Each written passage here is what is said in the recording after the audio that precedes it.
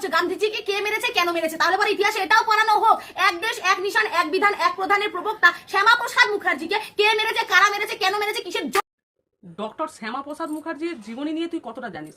তুই এই মূর্খতার পরিচয় দিতে আসিস আর আমাকে সত্যিটা জানাতে আসতে হয়।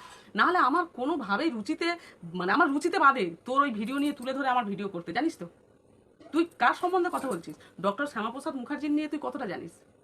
তুই বই পড়েছিস? তুই বই লেখা নেই, পড়ানো হয় না, তাহলে আমি কি করে জানলাম ওনার জীবনী?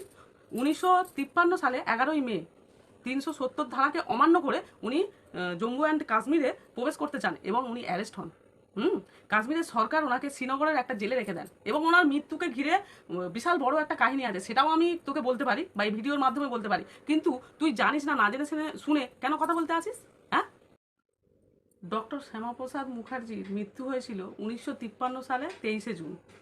সরকারি মতে বলা হয়েছিল হৃদরোগে উনি আক্রান্ত ছিল এবং ওনার এই মৃত্যুকে ঘিরে অনেক জল্পনা কল্পনা আছে, এখনো পর্যন্ত উদ্ধার করতে কেউ পারেনি। তা আমি যদি না পড়ে থাকতাম তাহলে কি করে বলতাম বল? তুই না জেনে শুনে কেন আসিস ভিডিও বানাতে বল? কাশ্মীর থেকে হিন্দুরা কেন পালিয়েছে, কাদের জন্য পালাতে বাধ্য হয়েছে, এটা ইতিহাসের পাতায় পড়ানো হোক। আবার একটা ভুল কথা বললি, the Hindu story of Kashmir, এই বইটা একবার কিনে পড়িস, একটু দাম নেবে। কলেজ স্ট্রিটে চলে যাস, কম দামে পেয়ে যাবি।